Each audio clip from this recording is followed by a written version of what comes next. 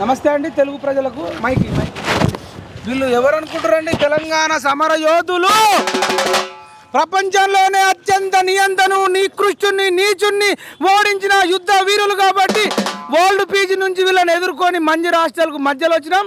ఇక్కడ సీనన్న టీ కొట్టుంది. వీళ్ళు ఒక్కరోజు కాదు 2 రోజులు కాదండి, కేసీఆర్ గెలిచినప్పటి నుంచి మొట్టమొదటిసారిగా ఈ దుర్మార్గుడు మనిషి కాదు, మనల్ని మోసం చేస్తుండు. 58 ఏళ్ళు ఉన్న ప్రభుత్వ ఉద్యోగులు కంటే 61 ఏళ్ళు వేస్తాడట. అంటే కడుపు నిండినోడికి ఇంకా మెక్కుతాడట.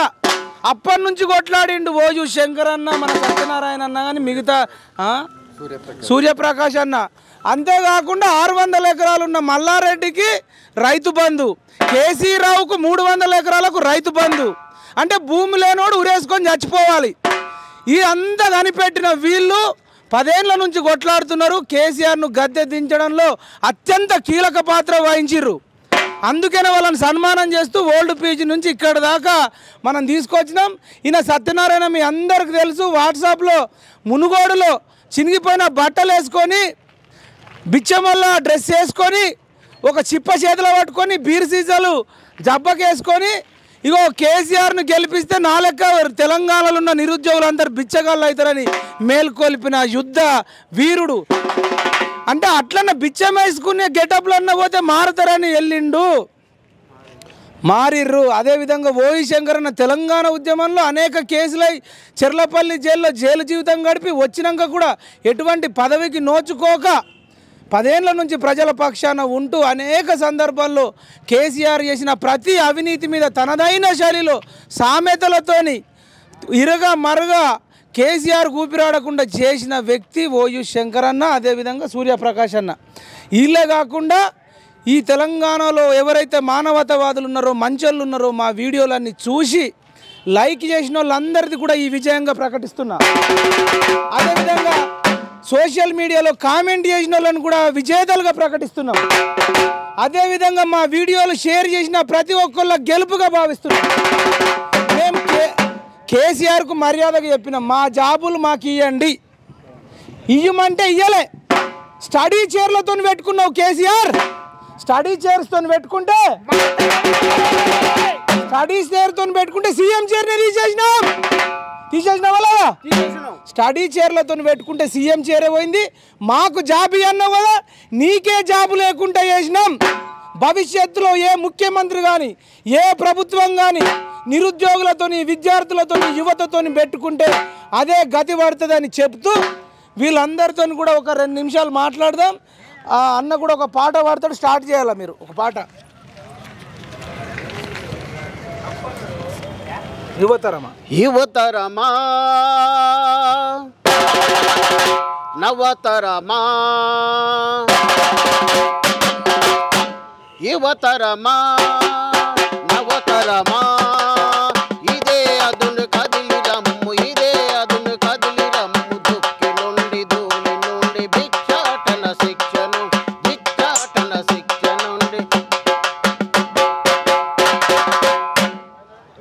వానికే భూమి దక్కాలని ఒక్కటిగా కసి రగిలే క్షణాలందు తూర్పు తెలవారిన అదిలే రగిలే హింసరథం శంకరమ్ము.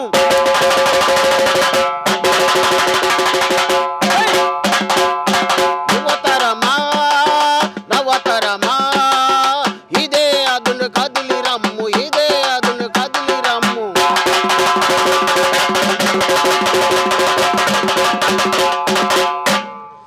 ఇదండి, సప్పట్లు కొట్టాలి కదా. డప్పు ఎట్లుంది అన్న? జర్మనీలో కూడా డప్పు కొట్టిండు అన్న. ఇంటర్నేషనల్ డప్పిస్టు.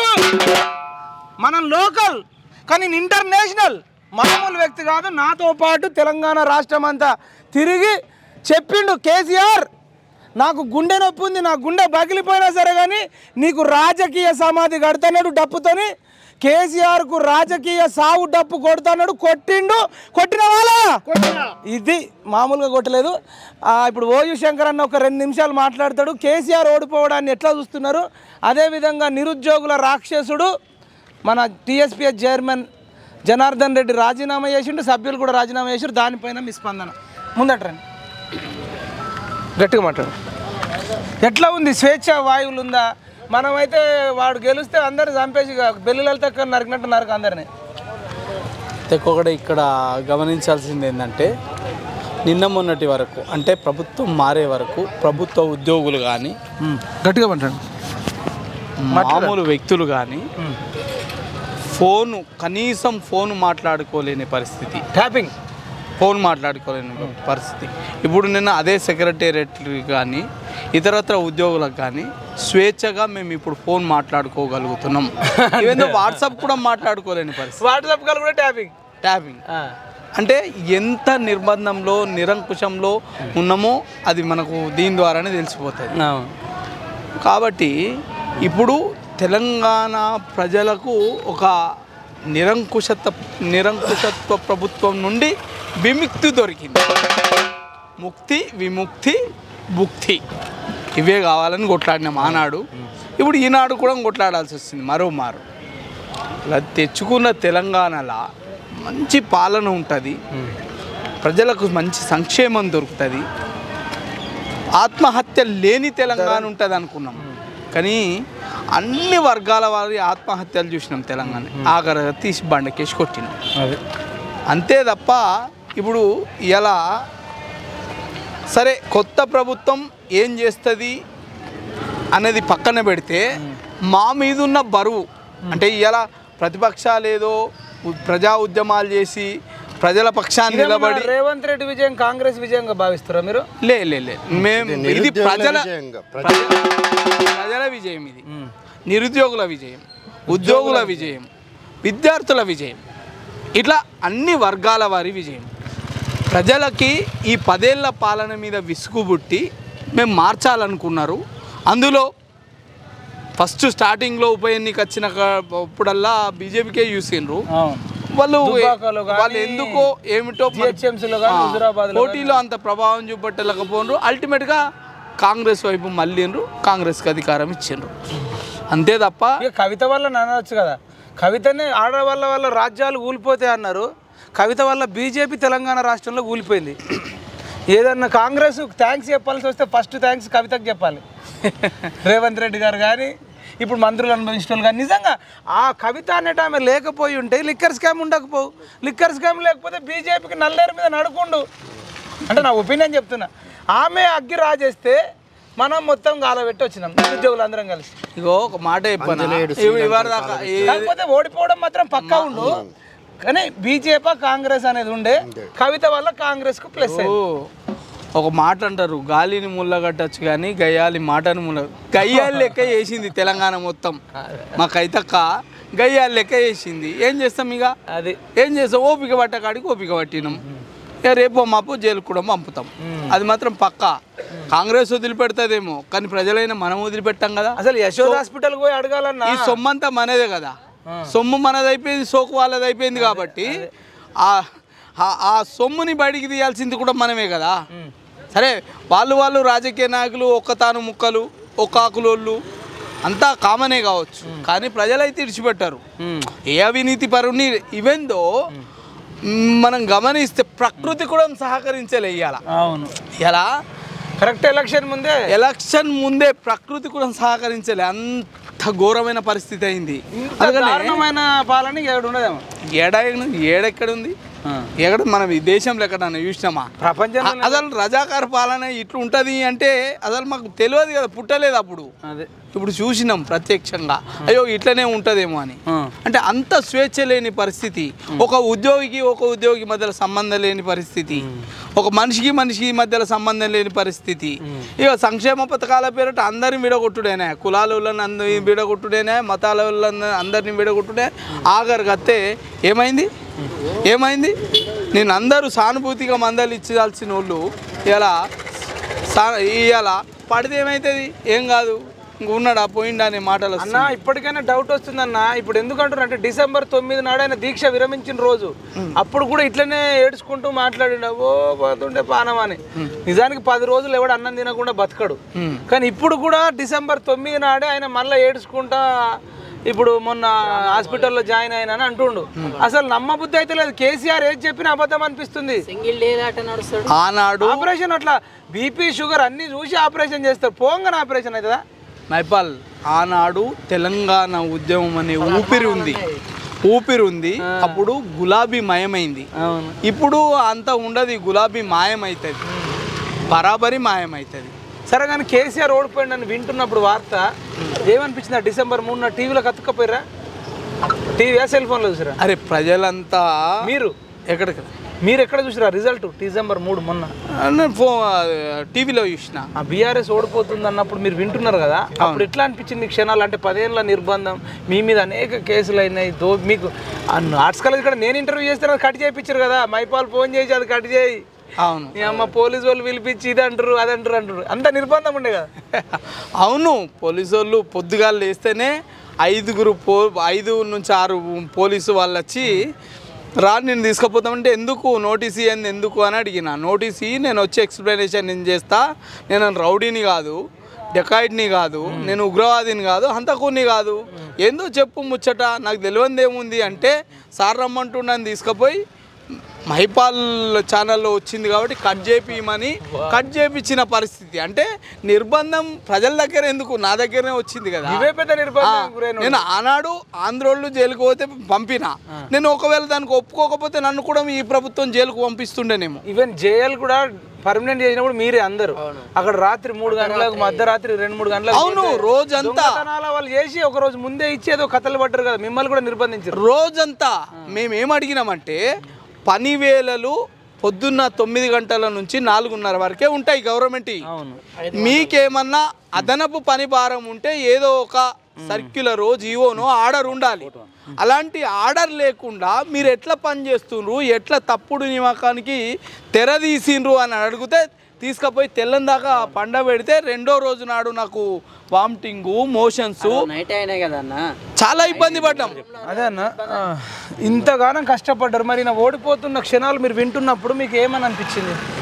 ఏముంటుంది, దొరబోయిండు ఫీలింగ్ అన్న, ఎంత హ్యాపీనెస్ ఫీలింగ్ ఉందా? నేను నాకు ఒక అబ్బాయి ఏమన్నా తెలుసా, నాకు ఇష్టమైన అమ్మాయి లవర్ కూడా నేను లవ్ చేసుకుంటే పెళ్లి చేసుకుంటే ఎంత ఆనందంగా ఉన్నాను, అంతకంటే 100 రెట్లు ఎక్కువ ఆనందం ఉంది కేసీఆర్ ఓడిపోతాను అన్లే అన్నాడు. నేను నీకేమనిపించింది అట్లా? ఓడిపోతే ఆనందం అనిపించలేదు, జైలుకు పోతే ఆనందం అనిపిస్తుంది. అది ఉంది మిగిలి ఉంది కదా, సెలబ్రేషన్ చేసుకోవాలి. ప్రతి మూమెంట్ సెలబ్రేట్. ఓడిపోవడం అనేది రాజకీయంగా నేను హత్య చేయడం అన్న, రాజకీయ హత్య అది. అంటే హత్య కాదు, రాజకీయంగా చంపడమే. ఇంకా భవిష్యత్తులో కేసీఆర్ మళ్ళీ గెలుస్తాడు అనుకుంటారా? ఇంకెక్కడ ఓలేయాలి అడుగుదాం. మరి భిక్షగాని గెటప్లో మనోడు ధూమ్ తడాకా చేసిండు, రాష్ట్రం అంతా మొత్తం వైరల్ అయిపోయింది, ఇంటర్నేషనల్ వైడ్గా అయింది. ఏమనిపించింది పడ్డ శ్రమకు రిజల్ట్ వింటున్నప్పుడు? ఒక్కొక్క సీట్లు అన్ని అన్నప్పుడు ఏమనిపించింది? వాస్తవానికి సంతోషం అనిపించింది. అంటే ఈ కేసీఆర్ పెన్షన్ ఓట్ల మీద, రైతు బంధు ఓట్ల మీద, లేకపోతే ఇంకేదో ఈ దొంగ స్కీములు పెట్టింది కదా, ప్రజల్ని సోమరిపోతులు చేసే స్కీములు పెట్టింది కదా, వాటి మీద ఆధారపడి ఓట్లు వేస్తారని చెప్పేసి కలల జీవితంలో ఉండే డ్రీమ్స్లో దాని మీద దెబ్బ కొట్టిన.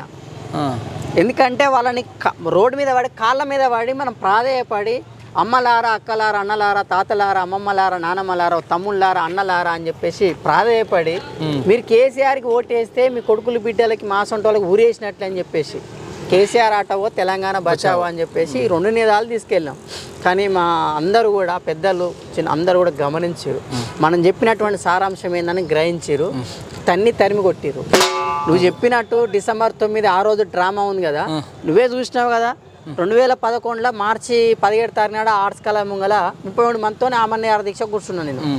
3 రోజులు కూర్చుంటారికే పానం ఆయిపోయింది. బతకడం కష్టమే 3 రోజులకి. అవును, అప్పుడు నాకు 24 ఇయర్స్ అంతే. 24 years 23 years 22, 23 MSc first year. మరి 50 ఏళ్ళు దాటినోడికి 10 రోజులు ఎట్లా సాధ్యమవుతుంది చెప్పు? సరే మనోడు కదా తెలంగాణ. గోపీనాథ్ సార్ చెప్పిండ్లే, మన డాక్టర్ గోపీనాథ్ సార్ చెప్పిండు, ఖమ్మం సార్. అయితే బాడీ శారీరకంగా ఒక్కొక్క విధంగా ఉంటుంది. సరే తెలంగాణ కోసం కొట్లాడుతుంది కనుక మనం కాపాడుకున్నాం. మనం డాక్టర్ల మధ్యలో కొట్లాడినట్ట. ఇప్పుడు 3 రోజులకే మళ్ళీ మేము విరమించినాం, అయిపోయింది. కానీ మళ్ళీ ఆపలే కదా. కానీ ఈయన పోయి దొడ్లే పోయినాడు, బయటకు వెళ్ళిందా దున్నపోతూ దొడ్లే పోయినాడు ఈయన. మళ్ళా ఇప్పుడు తెలంగాణ బిల్లు పార్లమెంట్లో పాస్ అయినప్పుడు ఈడు ఎడవైనాడినా ఏడవైనాడు ప్రపంచం మొత్తాన్ని మనం చెప్పాలి. అదే పిప్పర్ పిల్లలు మనం కొట్టగిట్లని భయపడి రాలే. ఇళ్ళకి పోయిన పొన్నం ప్రభాకర్కు కానీ మిగతా ఎంపీలకు కానీ పాపం పెప్పర్ స్ప్రేలు కొట్టారు. వాళ్ళు కాంగ్రెస్ పార్టీ నుండి కూడా ఎదిరించి కూడా కొట్లాడారు. అన్న నిజానికి మనం కాదన్న కాంగ్రెస్ వాళ్ళు బీజేపీ వాళ్ళు సబ్బండ వర్గాలు కొట్లాడుతాయి కానీ మేమే టీఆర్ఎస్ వాళ్ళు కొట్లాడినా టీఆర్ఎస్ రహితంగా తెలంగాణ సాధించిన అన్నాడు. సిగ్గుండాలి. రహితంగా అంటే శ్రీకాంతాచారి అది రక్తం కాదా? సిరిపురం యాదయ్య మన గిన్సి అన్న కానిస్టేబుల్ కిష్టయ్య కాల్చుకొని చచ్చిపోయిన చిమ్మిన ఆయన మెదళ్ళకి వెళ్ళి కిష్టయ్య కానిస్టేబుల్ కిష్టయ్య ముదిరాజు మెదళ్ళకి వెళ్ళింది. అది రక్తం కదా? అది రక్తం కాదా? సిగ్గు లేకుండా కొంతమంది ఇప్పటికి వాడు చెప్పింది ఒకటన్నా రహితంగా తెలంగాణ సాధించుడు ఏది ప్రకటించాలి. రక్తం చిందించకుండా అనేది ఒక వంతు కరెక్టే, కానీ బీఆర్ఎస్ ఎమ్మెల్యేల రక్తం చిందలే ప్రజలై అంతే కదా. మిగతా వాళ్ళు అందరు చింది వాళ్ళు చెప్పాలి. విద్యార్థులై కార్మికులకే కర్షకులే. అన్న నాకు అప్పుడు ఆరాధన థియేటర్లో అప్పుడు ఉద్యమం తీవ్రంగా నడుస్తున్న రోజులలో బస్సు గాల పెట్టి దుర్మార్గులు కొందరు బీఆర్ఎస్ వాళ్ళే రెచ్చగొడితే అప్పుడు టీఆర్ఎస్ కదా ఎవరికో డబ్బులు ఇచ్చి గాల పెట్టినట్టున్నారు. సినిమాకు పోయినాం. అవును గద్దరన్న పాట పొడుస్తున్న పొద్దు మీద పొడుస్తున్న పొద్దు మీద నడుస్తున్న కాలమా పోరు తెలంగాణమా తెలంగాణమా ప్రాణమా బల బల బల బల అని వింటూ రెచ్చిపోయి ఇంకా ఉద్యమం చేయాలని రగిలించుకుంటుంటే అక్కడ బస్సు కాల పెట్టారు. అయితే పోలీసు వాళ్ళు ధర్ముడు మీద పెట్టారు. ఆ గోడ మీద నుంచి చీకట్లో దుంకుతే గోడ ఇంత పెద్దగా ఉంది, మనం దుంకుతే కాలుకి ఇంతంత అది ఉచ్చుకపోయింది. అసలు ఎంత కోసినా మళ్ళీ కొవ్వు వస్తుంది, ఎంత కోసినా కొవ్వు వస్తుంది, ఎంత కోసినా కొవ్వు రక్తం చీమ వస్తుంది. లాస్ట్కి వస్తే ఆపరేషన్ చేయాల్సి వస్తుంది. నిజామాబాద్ ప్రభుత్వ హాస్పిటల్లో ఇంతంత లోతు ఆపరేషన్ చేసి కట్టిరు. ఇంతంత రక్తం వెళ్ళింది. ఎందుకు ఇది అంతా చెప్తున్నా అంటే రక్తం చిందించకుండా ఉన్నారు కదా ఈ దుర్మార్గులు. నా రక్తమే చిందించిన, అన్న రక్తం చిందించిండు, నీ రక్తం చిందించిండు. అసలు తెలంగాణలో ప్రతి ఒక్కరు తమ రక్తాన్ని చిందించిర్రు అన్న. అసలు రక్తం చిందించకుండా అసలు కుదరలే. దెబ్బలు తినలే అన్న, లాంటి దెబ్బలు. టీఆర్ గ్యాస్ల వాసన ఇదే మంజీరా హాస్టల్ ఓల్డ్ పీజీలో. ఈ టైం అయిందంటే పట్టుకొని వస్తే టీఆర్ గ్యాస్ల స్మెల్ ఇట్లా దమ్మెళ్తుండే నాన్న. కళ్ళు మంటలు దమ్మెళ్ళకపో. సీనన్న ఉండే టీ కొట్టు ఛాయ్ తాగుదామంటే ఛాయ్ తాగలేని పరిస్థితి. ఎక్కడోడక్కడ పరిగెత్తడము, ఇది చేయడము, అది చేయడం. ఎన్ని గోసలు పడ్డదన్న ఈ మంజీరా హాస్టల్ కానీ, ఓల్డ్ పీజీ కానీ, ఉస్మాన్ యూనివర్సిటీ కానీ, ఆడ బి హాస్టల్ కానీ. కేసీఆర్ ఆడిన అబద్ధాలకి ప్రకృతి కూడా సహకరించలేదు. కొండగట్టు జాతర ఆ భక్తులు చచ్చిపోతే పరామర్శించిండా? ఇవాళ బాత్రూంలో కాలు జారి పడితే హాస్పిటల్ ఉంది, కోలుకోవాలని కోరుకుంటున్నాం. కానీ మానవత్వం ఉండాలన్నా ఇది మానవత్వం కాదు. మానవ మృగానికి తత్వం చూపిస్తున్నావు అంటే మానవత్వం అంటారా? అంటే నయం చచ్చిపోయినప్పుడు నువ్వు బాధపడ్డావా? చచ్చిపోలేదు, అది బాధపడలేదన్న. మరి 1,00,000 నయములు కలిస్తే కేసీఆర్ అన్నా. అది కూడా వాస్తవమే అన్నా. ప్రవళిక చచ్చిపోయింది కేసీఆర్ వల్లనే, సునీల్ నాయక్ చచ్చిపోయింది కేసీఆర్ వల్లనే, మురళీ ముదిరాజ్ చచ్చిపోయింది కేసీఆర్ వల్లనే, మరియమ్మ లాకప్ డెత్ ఇక్కడనే ఓల్డ్ ఎన్ఆర్ఎస్ హాస్టల్ వెనకాల నర్సయ్య అన్న కదా, నర్సయ్య రవీంద్ర నాయక్ అన్న, మన వేణుగోపాల్ వచ్చినాక కూడా సాయి కుమారు, నర్సయ్య, తర్వాత రవీంద్ర నాయక్ రాది తెలంగాణ వచ్చిన తర్వాత వరంగల్లో చచ్చిపోయింది. ఈ అసమర్థపు పాలన, అసమర్థపు ముఖ్యమంత్రి, మంత్రుల వల్ల బరాబరి ఇది. అందుకని అంటున్నా కదా నేను, సబ్బండ వర్గాలు వీళ్ళు చచ్చిపోలేని వర్గం ఒకటి చూపెట్టు, చూపెట్టు ఇది చచ్చిపోలేని. ఆర్టీసీ వాళ్ళని 50 మంది చంపిన కేసీఆర్ బాత్రూమ్ లో బాగా తాగి పడితే ప్రకాష్ రాజు, చిరంజీవి, రేవంత్ రెడ్డి పరామర్శిస్తున్నారు. మరి ఆర్టీసీ కార్మికులు 50 మంది కుటుంబాలను వీళ్ళు పరామర్శించరా? గదంతెందుకు, గతంలో సినీ తారాల మీద ఉన్న ప్రేమ కొండగట్టు బాధితుల మీద లేకుండే. ఒక్కటే రోజు ఊరంతా చచ్చిపోయింది. 40-50 కుటుంబాలు కదా. ఇక ఇది చెప్పరాదు మైపాల. 40-50 కుటుంబాలు ఒక గ్రామంలో చచ్చిపోతే ఎట్లా ఉంటుంది పరిస్థితి? ఇంటర్మీడియట్ విద్యార్థులు 16-17 పిల్లలు అభంశుభ మెరగలే. వీళ్ళు గ్లోబరీన సంస్థకు వీడు ఇస్తే వాడు తప్పుడు తడాకాలు చేస్తే మెరిట్ వచ్చేటోడికి 0 వచ్చేటోడికి మెరిట్ వస్తే పిట్టినట్టు 5 మంది చచ్చిపోయారు. మరి ఆ రోజు ప్రకాష్ రాజ్ ఎటుపోయిండు, రేవంత్ రెడ్డి ఎటుపోయిండు, చిరంజీవి ఎటుపోయిండు అంటున్నా. వీళ్ళు ఇంకా ఎమ్మెల్యేలు అంతా లైన్ కట్టి పరామర్శిస్తారు కదా. ఇది అందరిని చంపింది కేసీఆర్ అని వాళ్ళు కూడా అన్నారు కదా. అది 100% కేటీఆర్ దోస్తే కదా. గ్లోబరీనా సంస్థ అధినేత కేటీఆర్ ఇద్దరు దోస్తులే కదా. అందుకే కదా ఇంటర్మీడియట్ బోర్డుని ఎత్తేయలేదు అన్న. ఇంకా అన్నిటికి మించి కేసీఆర్ కొడుకు నేరలలో 3rd డిగ్రీ ఇప్పించారు. హరీష్ని కానీ బానయ్యని కానీ ఇంకా చాలామందిని. వాళ్ళ శరీరంలో నుంచి రక్తాలు గారినాయి, బీర్ సీసాలు కూర్చిరట, కరెంట్ ఇచ్చిరట. అదెంతెందుకు మరి మిమ్మల్ని తీసుకుపోయి నాగార్జున కిడ్నాప్ చేయించారు. అదే ఎవరు మన కాలోజీ మన శ్రీనివాస్ని అయితే ఈయనను బట్టలు లేకుండా నేను చూడాలని ఆన్లైన్ చూసిన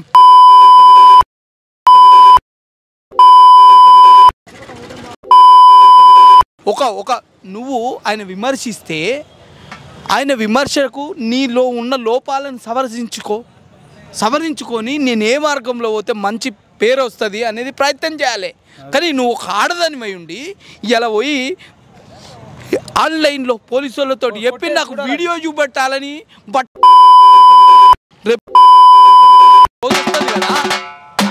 పోతుందా పాపం? ఇలా పోతుందా అన్న? నన్ను కిడ్నాప్ చేయడం కాదు, కిడ్నాప్ కంటే ముందు 10 నిమిషాలు ఇష్టం వచ్చినట్టు తన్నిర్రన్నా. వీపుల మీద, నడుము మీద, ఇక్కడ అక్కడ వాళ్ళు తన్నని ప్లేస్ లేదు, చెప్పుకోలేని ప్లేస్లో చెప్పేది. ఈ తన్నిచ్చింది కేసీఆరే, ప్రకాష్ రాజ్, రేవంత్ అన్న మమ్మల్ని తన్నిచ్చింది, కిడ్నాప్ చేసింది, కొట్టించింది కూడా అదే కేసీఆర్. మీరు కూడా నాగార్జున సాగర్లో అప్పుడు ఉన్నారు, మాట్లాడిర్రు, ఖండించిర్రు. అంటే మమ్మల్ని తన్నినోన్ని మీరు పరామర్శిస్తుర్రు, కానీ దెబ్బలు పడ్డ మమ్మల్ని ఇప్పటిదాకా పరామర్శించలే. ఈ రోజు కూడా అని చెప్తున్నాం. మేము ఏమంటున్నామంటే ఇప్పటికైనా మారుండ్రి. ఇక మళ్ళీ ఓట్లు సీట్లు ఈ రాజకీయాలు చేయకుండ్రి. అయిపోయింది, మీకు ఎవడు ఓట్లేరు. నేను చెప్తున్నా కదా, ఇప్పటికీ ఎంపీ ఎలక్షన్లలో మీరు ఎన్ని డ్రామాలు చేసినా మీకు ఓట్లేరు ప్రజలు. కాబట్టి ఇప్పటికైనా ప్రజలని మీరు మన్నించమని వేడుకోండి, రాజకీయ సన్యాసం తీసుకోండి, మీరు చేసిన తప్పులన్నీ ఒప్పుకోండి. వాళ్ళ ఆస్తులన్నీ మర్యాదగా చెప్తున్నాం కేసీఆర్ ఫ్యామిలీకి. మీ ఆస్తులన్నీ ప్రజల పక్షాన రాసి వదిలేసి ఉంటేనే ఉంటారు, లేకపోతే మీరు జైలుకు పోయేదాకా నువ్వేదో హాస్పిటల్లో ఉన్నావని, బాత్రూంలో జారి పడ్డావని, తాగి పడ్డావని నీ మీద జాలి చూపించే పరిస్థితి లేదు. ఎందుకంటే నువ్వు ఎంతమందిని చంపినావు, రైతులకు కూడా బేడీ లేపించినావు. ఇప్పటిదాకా ఉస్మానియా యూనివర్సిటీకి రాలే, గోడ బద్దలు కొట్టుకొని వచ్చి తలకాయ కిందకి వేసుకొని 1 నిమిషం మాట్లాడలే. ఇదే ఉస్మానియా యూనివర్సిటీలో ఇప్పటిదాకా ఒక్క అసిస్టెంట్ ప్రొఫెసర్ జాబు నువ్వు నోటిఫికేషన్ వేయలే, డిఎల్ వేయలే. ఇవాళ 24 34 ఏళ్ళ వయసుకు వచ్చిర్రు, 30 ఏళ్ళు ఉన్న 40 ఏళ్ళకి వచ్చిర్రు. నీ వల్ల కొన్ని లక్షల మంది యవ్వనం చచ్చిపోయింది. అవును, జ్ఞానము, సమయము, 3 జనరేషన్స్ పోయినాయి. ఇవాళ మీ వల్ల 3 జనరేషన్స్ పోయినాయి. ఇంకొకటి ఎంత పెద్ద బాధ అంటే యువకులను తాగిపిచ్చి ఇవాళ 20 ఏళ్ళ అమ్మాయిలు వితంతువులు అవుతున్నారు, 25 ఏళ్ళు వితంతువులు అవుతున్నారు. ఆ పోరగాళ్ళు తాగి యాక్సిడెంట్లలో చచ్చిపోవడము, లేకపోతే కిడ్నీలు ఖరాబ్ అయి చచ్చిపోవడము, లివర్ ఖరాబ్ అయి చచ్చిపోతాన్నా. దాదాపు 1 లక్ష వితంతువులు అయ్యారు తెలుసా ఇవాళ అమ్మాయిలు. 20 నుంచి 30 ఏళ్ళ వయసే. మళ్ళా నేను చెప్పే తెలంగాణలో దోపిడీ ఎట్లా జరగాలి? మొత్తం బెల్ట్ షాపులు పెట్టిండన్న. కాదు రేవంత్ రెడ్డి గారు, మేము అడుగుతున్నాం, ఇలా మీరు బెల్ట్ షాపులు బంద్ చేస్తుర్రు. ఈ బెల్ట్ షాపులు పెట్టిందే కేసీఆర్ కదా. లక్షల మంది సావులకే కేసీఆర్ కదా కారణం. నిన్ను గెలిపించిన నిరుద్యోగులతో నువ్వు ఇప్పటిదాకా ఎందుకు సమావేశం పెట్టలేవు, ఎందుకు పరామర్శించలేవు? ఇవాళ జీవో 46 వచ్చిందన్న, దాని మీద ఏం చెప్తాను నువ్వు చెప్పు. జీవో 46 కంటే మొట్టమొదలు ఇంకొక జీవో గురించి మాట్లాడాలి. 1274 జీవో. ఈ కేసీఆర్ వచ్చిన తర్వాత డిఎస్సి సిస్టమ్, డిఎస్సి నోటిఫికేషన్ మొత్తాన్ని కూడా గంగలా పట్టించి, ఈ డిఎస్సి నోటిఫికేషన్లు ఏమైతాయంటే సమానంగా అవకాశాలు ఉంటాయి పురుషులకి మరియు మహిళలకి. సో అందరికి అవకాశాలు ఉంటాయి, ఎవరు కూడా రోడ్డు మీద పడి ఉండరు. ఈ గురుకుల సిస్టమ్ తీసుకొచ్చి కులానికి ఒక గురుకుల సిస్టమ్ తీసుకొచ్చి కులాల వారిగా విభజించిండు. ఫస్ట్ మతాల వారిగా, కులాల వారిగా తన్నుకొని సావండి అని చెప్పేసి ఏ కుల పోన్కు ఆ కుల పోన్ లాగా.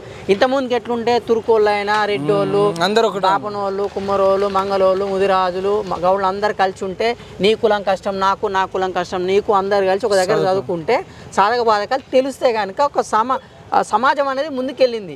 ఈరోజు కేసీఆర్ ఆ సిస్టమ్ మీద దెబ్బతీసి కేవలం మహిళలకే 80-90% ఉద్యోగాలు కేటాయించడం జరిగింది. ఈరోజు గురుకుల సిస్టమ్ తీసుకొచ్చి మొట్టమొదటిగా ఈ ప్రభుత్వాన్ని కూడా మేము వినవించేది ఏంటంటే 1274 జీవో ఉండడం వల్ల ఏమవుతుందంటే కంప్లీట్గా 90% ఉద్యోగాలు అనేవి మహిళలకు పోతున్నాయి. అంటే మహిళలకి పోవాల్సినటువంటి ఉద్యోగాల్ని రాజ్యాంగం ప్రకారం వాటిని మేము కాదంటే ఎంత పర్సెంటేజ్ ఇచ్చేయాలి.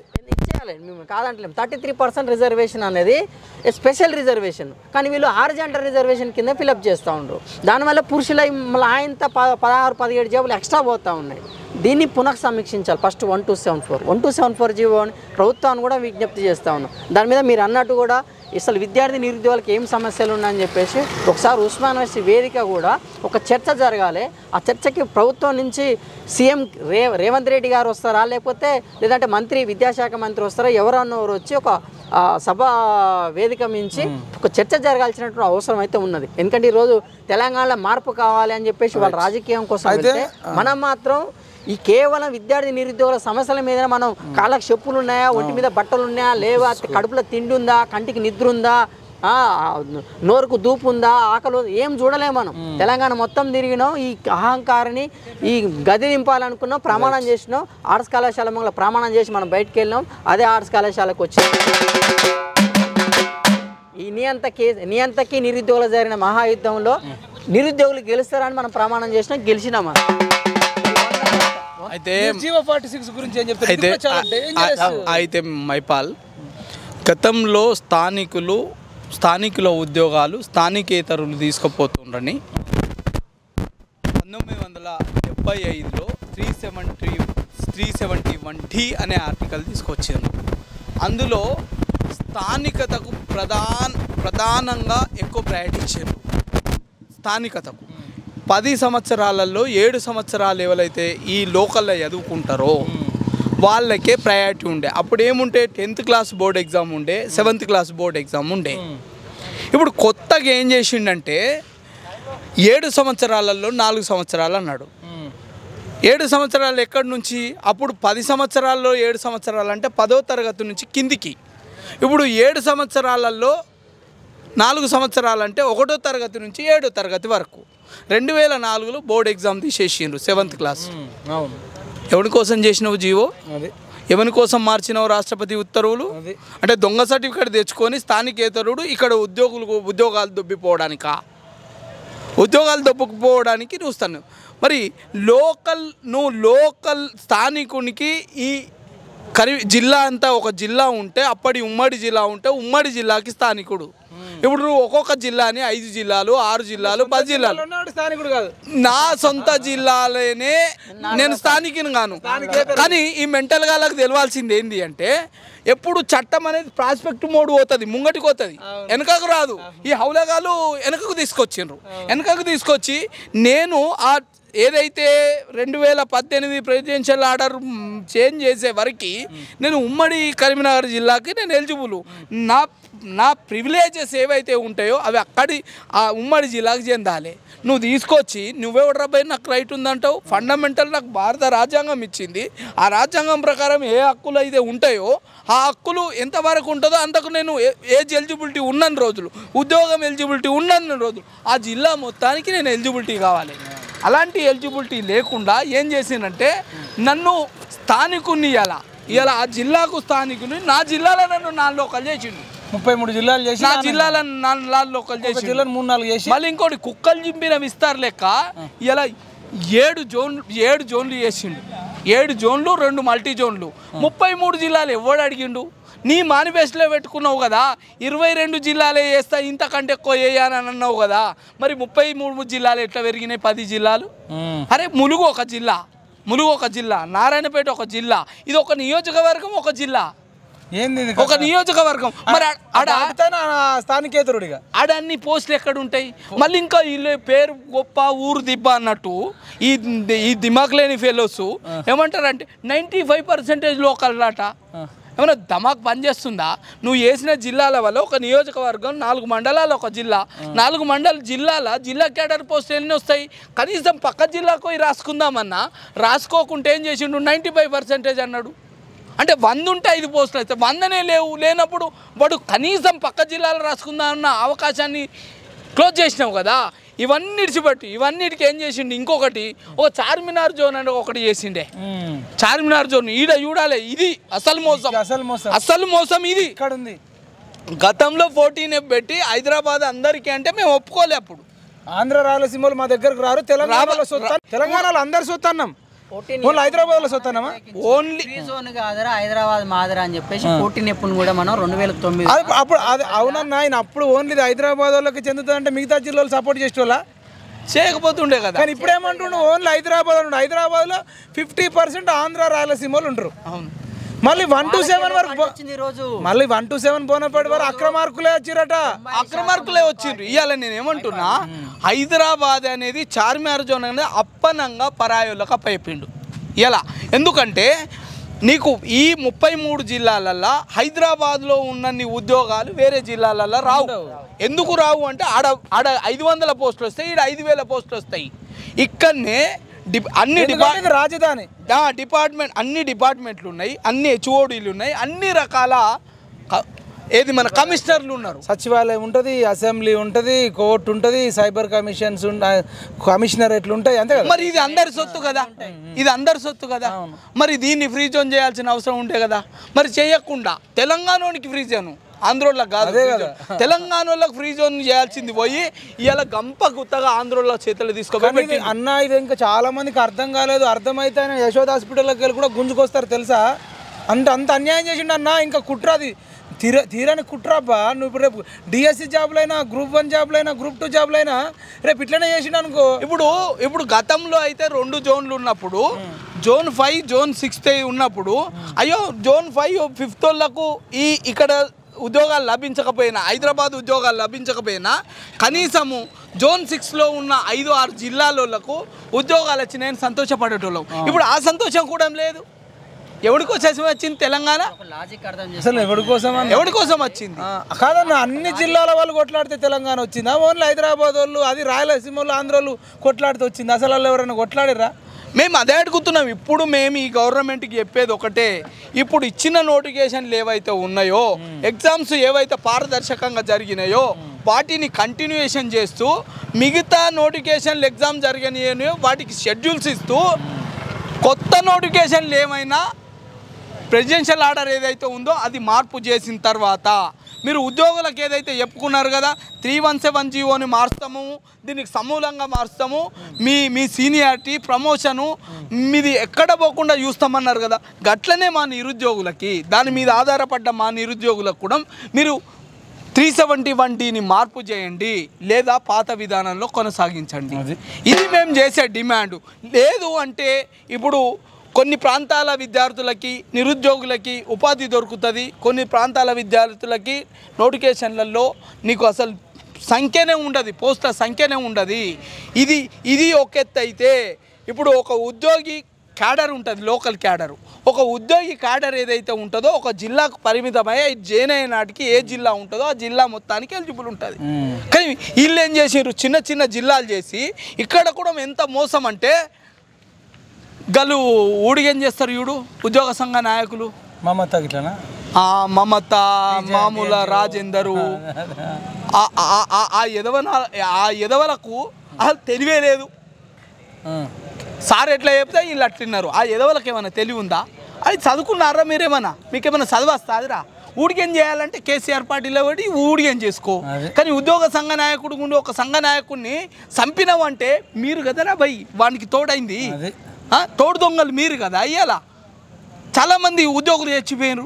ఎవడు కారణం? మీకు కూడా ఉంది కదా. ఫస్ట్ 317 జీవో వల్ల భారత్ ఒక దగ్గర, భార్య ఒక దగ్గర. ఫస్ట్ వాళ్ళని జైల్లో పెట్టాలి. ఎవరిని జైల్లో పెట్టాలంటే సంఘ నాయకులకు ఉండి గవర్నమెంట్ కూడిగని చేసినోని గవర్నమెంట్ వస్తుంది పోతుంది. ఇవాళ ఈ గవర్నమెంట్ రేపు ఇంకో గవర్నమెంట్ ఉంటుంది. నువ్వు గవర్నమెంట్ విధి విధానాలకు లోపల ప్రజలకు మేలు జరిగే పనులు చేయాలి. కిడు జరిగే పనులు ఎట్లా చేస్తావు? మన క్యాడర్ మార్చి ఇంట్లో కూడా ఏంటంటే తీసుకుపోయి ఈ 4 ముక్కలు చేసి 4 ముక్కలకి సీనియర్లు అందరట జిల్లా హెడ్ క్వార్టర్లు ఉంటారు.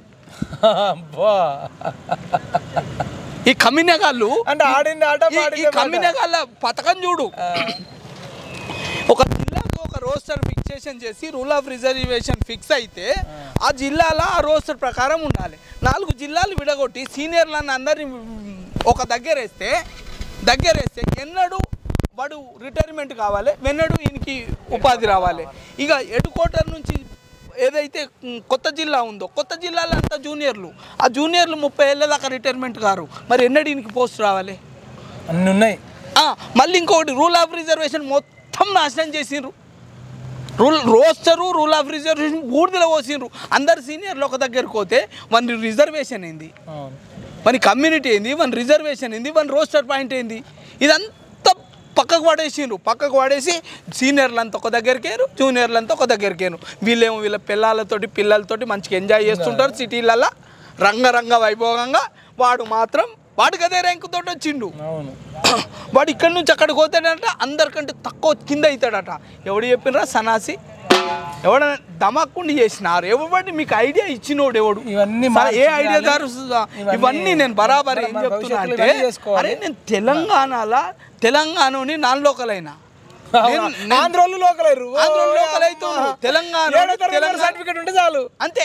1 నుంచి 7 వరకు ఉంటే ఎప్పుడు అడిగిన ఇస్తాడు మొత్తం కరప్షన్. శంకరన్న, అరే గురుకుల్ ఒక సుమారుగా ఒక 15 ఏళ్ళ నుంచి 20 ఏళ్ళ నుంచి హైదరాబాద్ ఉన్నాం. కానీ మనకి సర్టిఫికేట్ ఏడుంది? మన విలేజ్ ఉంటుంది. కానీ ఆంధ్ర వాళ్ళ 7 ఏళ్ళు కాకముందుకే లోకల్ సర్టిఫికేట్ తీసుకోరు. అంటే హైదరాబాద్ లో ఎవరు లోకల్ అవుతారు అంటే హైదరాబాద్ లో వేరే జిల్లాలో తెలంగాణ వాళ్ళు కాకుండా వేరే వాళ్ళు లోకల్ అయ్యారు. 90% బీహార్ వాళ్ళు, రాజస్థాన్ వాళ్ళు కూడా సర్టిఫికేట్లు తీసుకుంటారు అన్న.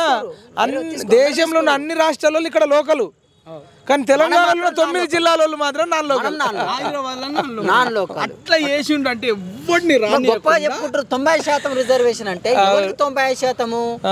ఎవరికి 90%? హైదరాబాద్ కాబట్టి మన 9 జిల్లాలు ఉన్నటువంటి వాళ్ళందరూ కూడా నాన్ లోకల్. 5% మనకు 5% మన 9 జిల్లాలలో 5% పెట్టి ఇంట్లో ఎవరు ఉంటారు తెలుసా అన్న? ఎంఐఎం వాళ్ళు ఉంటారు, ఆంధ్ర రాయలసీమ వాళ్ళు ఉంటారు. వాళ్ళే ఇప్పుడు ముస్లింలు ఇప్పుడిప్పుడే చదువుకు దగ్గర అవుతుండ్రు. వాళ్ళు నిన్న మొదటి దాకా చదువు లేదు, వాళ్ళ రారు. ఇక్కడ సిటీ చుట్టుముట్టు ఉన్న మన ఏదైతే తెలంగాణ వాళ్ళు ఉన్నారో వాళ్ళు ఏదో కామర్సో గీమర్సో చదువుతారు, మేనేజ్మెంట్ కోర్సులు చదివి ప్రైవేట్లలో వెళ్ళిపోతారు, లేదా ఫారెన్ వెళ్ళిపోతారు. ఇక ఇక్కడ లోకల్ లెవెల్ కావాలి, సెటిలర్ కావాలి. ఇక్కడ లోకల్ పక్క చదివి ఉద్యోగాలు, తెలంగాణ ఉద్యోగాలు కొట్టుకపోవాలంటే ఎవరు కొట్టుకపోవాలి? నేనేమంటున్నా అంటే అందరూ హైదరాబాద్ లో సెటిల్ కావాలి. అరే కేసీఆర్ అనేటోడే పెద్ద ఆంధ్రోడు. ఈ మోతెబారు ఈయననే ఆయన మేనిఫెస్టోలో పెట్టుకున్నాడు కదా, అక్రమంగా అన్యాయంగా వచ్చిన ఆంధ్రోళ్ళని నేను పంపిస్తా అన్నాడు కదా. మరి 10 ఏళ్ళు అయింది, ఏం బీకినావు? పంపించుడు కాదు, వాళ్ళకి సర్టిఫికేట్ ఇస్తుంది, మనం నాన్ లోకల్. 10 ఏళ్ళు అయింది, ఏం బీకినావు అన్న నేను. ఏం బీకినావు? ఆంధ్రోళ్ళని ఎందుకు పంపలేదు నువ్వు ఇలా? ఎందుకంటే వాళ్ళ ఆంధ్రోళ్ళని పంపితే 80,000 ఉద్యోగాలు మన బిడ్డలకు వస్తాయి అన్నావు. ఏది నీ దొంగేడుపు? తెలంగాణ బాత్రూమ్ లో పడ్డోడు నిజమైన తెలంగాణ నిరుద్యోగుల ద్రోహి. ఇలా నేను బరాబరి ఇలా నేనేమంటున్నా అంటే, రేవంత్ రెడ్డి గారు, మా నూతన ముఖ్యమంత్రి రేవంత్ రెడ్డి గారు, మీకు విజ్ఞప్తి చేస్తున్నాం. మేము ఇచ్చే సలహా ఏంటి అంటే, ఇప్పటి వరకు 2018 ప్రెసిడెన్షియల్ ఆర్డర్ తోటి ఏవేవైతే నోటిఫికేషన్లు వచ్చినాయో, ఆ నోటిఫికేషన్లు ఏవేవైతే పారదర్శకంగా ఉన్నాయో వాటిని కంటిన్యూషన్ చేయండి. ఏదైతే నోటిఫికేషన్ ఇచ్చి ఎగ్జామ్ జరగని ఉన్నాయో వాటిని రీషెడ్యూల్ చేయండి. తర్వాత ఇప్పుడు మళ్ళా కొత్తగా ఫ్రెష్గా ఇచ్చే మీరు ప్రకటించిన నోటిఫికేషన్ల లిస్ట్ ఏదైతే ఉందో అది ఖచ్చితంగా ఈ రాష్ట్రపతి ఉత్తర్వులు మార్చకుండా లేదా పాత ఉత్తర్వులనే కంటిన్యూషన్ చేస్తూ ఇలా నువ్వు నోటిఫికేషన్ ఇస్తేనే ఈ వ్యవస్థ పారదర్శకంగా వెళ్తుంది. లేదు అంటే ఎట్టి పరిస్థితిలో వెళ్ళది. మళ్ళీ నువ్వు విద్యార్థుల పరిస్థితి, నిరుద్యోగుల పరిస్థితి కుడిదిలో పడ్డ ఎలుకోలు అవుతుంది. ఎందుకంటే అదే ఆ ప్రెసిడెన్షియల్ ఆర్డరే లోపభూయిష్టంగా ఉంది. అన్ని సవరించాలి. ఎట్ ద సేమ్ టైం ఉద్యోగులకు కూడా 317 జీవో మార్స్తా అన్నారు. వాళ్ళ పరిస్థితి కూడా గందరగోళంగా ఉంది. పెళ్ళానికి, భర్తకు, కొడుకుకు, తండ్రికి, తల్లికి, బిడ్డకు అందరికీ విడగొట్టిండు ఈ దుర్మార్గుడు. అందరికీ విడగొట్టి ఈయన మాత్రం ఒక్కటే కుటుంబం చేసుకొని ఆ ప్రగతి భవన్ ఫామ్ హౌస్లో ఇలా ఫ్యామిలీ అంత ఉంటారు, ఫ్యామిలీ అంత రోజు కలుసుకుంటారు, కులికిండ్రు నిన్న మొన్నటి వరకు. ఇప్పటికైనా వాళ్ళని తీసి బండకేసి కొట్టినాం. మీరన్నా, ఎందుకంటే మేము ఓడించినాం, మీరు రూల్స్ చేయండి. మేము ఓడించడం ఇంకో విజ్ఞప్తి ఏంటి అంటే, ఎట్లా అయింది తెలుసా? బాహుబలి సినిమాలో రమ్యకృష్ణ ఆమె సముద్రంలో ఇట్లా మునిగిపోతూ అమరేంద్ర బాహుబలిని ఇట్లా పైకి లేపుతుంది. ఇక్కడ రమ్యకృష్ణ అంటే మన నిరుద్యోగులమే అన్న, మన జీవితాలు మునిగిపోయి ఇప్పుడు రేవంత్ రెడ్డిని పైకి లేపినాము. ఇంకొకటి ఏంటంటే ఇవరి దాకా జీవో నెంబర్ 46 గురించి అడిగినారు. 46 అనేది ఎంత దుర్మార్గమైన జీవో అంటే ఎంత దుర్మార్గం, ఇంత దుర్మార్గం నేను దునియాలో నేను చూడలేదు. భవిష్యత్తులో మనకు జాబులు రావు స్టేట్ లో. ఎందుకంటే ఎవడన్నా స్థానికత ఆధారంగా ఉద్యోగ నియామకాలని ఆ ప్రెసిడెన్షియల్ ఆర్డర్ చెప్తుంది. మరి జనాభా ఆధారంగా మీ తాత మొగడికి ఏమన్నా పెట్టిండా? మీ తాత మొగడేమన్నా చెప్పిండా జనాభా ఆధారంగా పెట్టమని? ఎవడరా భయ్ మీరు ఎవర్రా? కానీ ఆ క్రిమినల్ ఎట్లా పరామర్శించబోయినావు? భవిష్యత్తులో క్రిమినల్ తో చేతులు ఏమైనా కలిపేది ఉందా? క్రిమినల్ కేసీఆర్ అంత పెద్ద క్రిమినల్, హిట్లర్ కంటే క్రిమినల్, ముసోలిన్ కంటే ఇలా బరాబరి చెప్తున్నాం. ఇలా కంటింజియస్ జోన్ అని ఇలా జనాభా ప్రాతిపదికన మీరు పెట్టింది చట్టవిరుద్ధం. రేపు కొట్టుడు పోతుంది. అది మేమేమంటున్నామంటే దాని ద్వారా నిరుద్యోగుల అవకాశాలు దెబ్బతిన్నాయి. సో కాబట్టి దాన్ని కూడా ఇమ్మీడియట్గా రద్దు చేసి పోలీసు నియామకాలు చేపట్టాలి. లేకపోతే ఈ గవర్నమెంట్ మీద కూడా ఉప్పెన్నలాగా ఉధృతంగా ఉద్యమానికి రెడీ కావాల్సి వస్తుంది.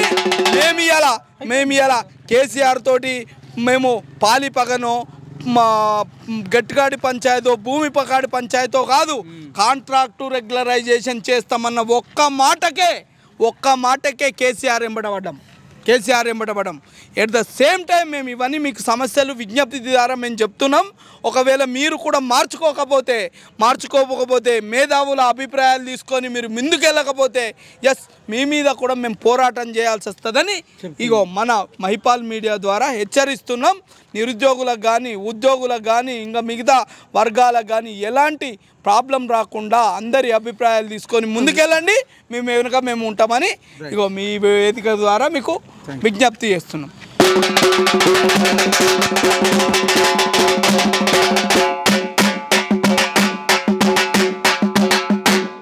ఇదండి ఆ క్రిమినల్ అందరినీ అగాధంలోకి నెట్టేసి ఆయన తాగి బాత్రూంలో పడి మళ్ళీ ఇప్పుడు యశోద హాస్పిటల్లో పడ్డా అంటుండు. Dangerous criminal in the world. ఎవ్వరు లేడు. దావూద్ ఇబ్రాహిం, ముస్సోలిన్, హిట్లర్, నో అసలు ఎవ్వరు రారు. కాబట్టి దయచేసి ఆ క్రిమినల్ చేసిన పనులన్నీ కూడా సరిదిద్దాలి. ఇలా నిరుద్యోగుల పాలిట అసలు ఎంత నరకం. గ్రూప్ 1 పేపర్లు అమ్ముకుంటే ప్రవళిక చచ్చిపోతే ఆ క్రిమినల్ కొడుకు లవ్ చేసి చచ్చిపోయింది అంటుండు. ఎగ్జామే రాయలేదన్నాడు. ఇంత డేంజరా? ఆ జనార్దన్ రెడ్డిని కూడా అరెస్ట్ చేయాలి. ఎవరెవరైతే గ్రూప్ 1 పేపర్లు అమ్ముకున్న వాళ్ళ దాంట్లో ఉన్నారో వాళ్ళందరినీ అరెస్ట్ చేయాలని కోరుకుంటున్నాం. అతి త్వరలోనే మెగా డిఎస్ చేయాలి. అదేవిధంగా జీవో 46 బాధితులతోని అనుకూలంగా ఉన్న వాళ్ళు, వ్యతిరేకంగా ఉన్న వాళ్ళతోని చర్చలు జరిపి అందరికీ న్యాయం చేసి భవిష్యత్తులో అది రిపీట్ కాకుండా చూడాలని మరి కొత్త ప్రభుత్వాన్ని మేము కోరుకుంటున్నాం. మంచిగా చేస్తే నిరుద్యోగులే మిమ్మల్ని మళ్ళీ భుజాన్ని ఎత్తుకుంటారు. ఇది నిరుద్యోగులు మీకు ఇచ్చిన గిఫ్ట్. అసలు మీరు కలలో కూడా ఊహించని గిఫ్ట్. నిరుద్యోగులు దాదాపు 30 లక్షల మంది రోజుకు 10 గంటలు 12 గంటలు పనిచేసి కాంగ్రెస్ పార్టీని బాహుబలి సినిమాలో రమ్యకృష్ణ నీళ్ళల్లో మునిగిపోతూ లేపినట్టు ఇలా నిరుద్యోగులు 30-40 లక్షల మంది నీళ్ళల్లో మునిగిపోయి రేవంత్ రెడ్డి అనే వ్యక్తిని సీఎం చేసిర్రు. అమరేంద్ర బాహుబలి అంటే పోరాటం చేసి అమరేంద్ర బాహుబలి కాలే. రమ్యకృష్ణ చచ్చిపోయి పైకి లేపితే బతికిండు. అట్లా ఇలా రేవంత్ రెడ్డి కూడా 0 ఉండే. జిహెచ్ఎంసీ ఎన్నికల్లో 2 సీట్లు వచ్చినాయి. హుజూరాబాద్లో 3000 వచ్చినాయి. అట్లాంటి వ్యక్తిని సీఎంగా నిలబెట్టింది నిరుద్యోగులు, ఉద్యోగులు, బాధితులు. కాబట్టి మేము చెప్పినట్టే మీరు పాలించాలి. ధర్మం ప్రకారమే పాలించాలి, న్యాయం ప్రకారమే పాలించాలి అని కోరుకుంటూ జై తెలంగాణ. లాస్ట్కు శివతాండం ఒక 1 మినిట్.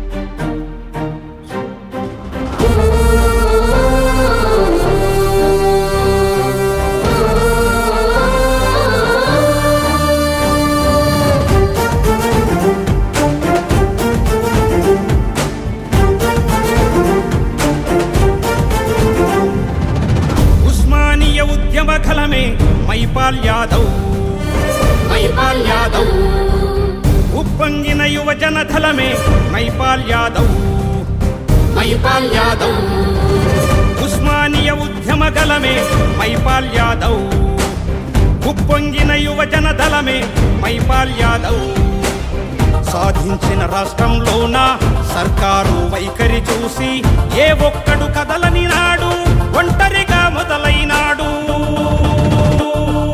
జై జై జై జై మన మైపాలన్నకు మద్దతుని జై జై జై జై మును ముందుకు సాగెను తొలి అడుగై జై జై జై జై మన మైపాలన్నకు మద్దతుని జై జై జై జై మును ముందుకు సాగెను తొలి అడుగై ఉస్మానియా ఉద్యమ గలమే మైపాల్ యాదవ్ ఉప్పొంగిన యువజనదళమే మైపాల్ యాదవ్ ఉస్మానియా ఉద్యమ గలమే మైపాల్ యాదవ్ ఉప్పొంగిన యువజనదళమే మైపాల్ యాదవ్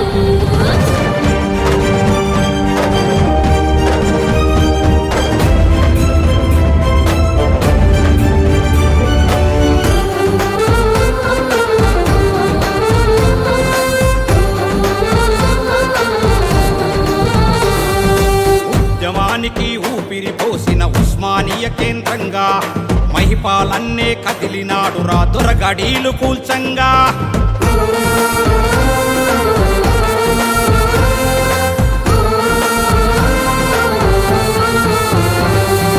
ఎవ్వడినైనా వదిలిపెట్టడు న్యాయం అందేదాకా అక్రమాలను ప్రశ్నిస్తాడు వెనుకడుగన్నది లేక ఎవ్వరికి లొంగని వాడు ఏ స్వార్థం ఎరుగని వాడు ఎవ్వరికి లొంగని వాడు ఏ స్వార్థం ఎరుగని వాడు నిరంకుశత్వ పాలన పైన నిప్పై రగిలాడు నిజమైన నాయకుడు నిజమైన నాయకుడు జనజాగృత పయనంలోన మైపాల్ యాదవ్ జయకేతనమై నిలవాలి మైపాల్ యాదవ్ జనజాగృత పయనంలోన మైపాల్ యాదవ్ జయకేతనమై నిలవాలి మైపాల్ యాదవ్ ఉస్మానియా ఉద్యమ గలమే మైపాల్ యాదవ్ ఉప్పొంగిన యువజనదళమే మైపాల్ యాదవ్ ఉస్మానియా ఉద్యమ గలమే మైపాల్ యాదవ్ ఉప్పొంగిన యువజనదళమే మైపాల్ యాదవ్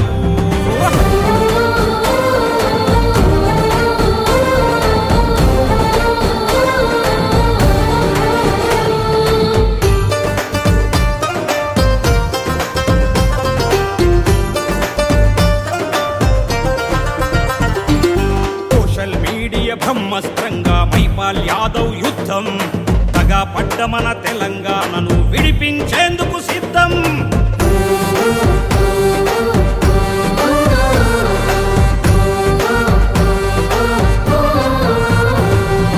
అక్రమ కేసులు ఎన్నెదురైనా చెక్కు చెదరని పంతం హద్దు మీరిన నిర్బంధాలను లెక్క చేయని పయనం ఏ పార్టీ అండా లేదు ఏ బూర్జువ జెండా కాదు ఏ పార్టీ అండా లేదు ఏ బూర్జువ జెండా కాదు నవతరానికి ప్రతినిధి తానై ముందుకు వచ్చాడు వీర శివాజీ వారసుడు వీర శివాజీ వారసుడు తెలంగాణ యువతకు స్ఫూర్తి మైపాల్ యాదవ్ తిరుగులేని బహుజన శక్తి మైపాల్ యాదవ్ తెలంగాణ యువతకు స్ఫూర్తి మైపాల్ యాదవ్ తిరుగులేని బహుజన శక్తి మైపాల్ యాదవ్ ఉస్మానియా ఉద్యమ గలమే మైపాల్ యాదవ్ ఉప్పొంగిన యువజనదళమే మైపాల్ యాదవ్ ఉస్మానియా ఉద్యమ గలమే మైపాల్ యాదవ్ ఉప్పొంగిన యువజనదళమే మైపాల్ యాదవ్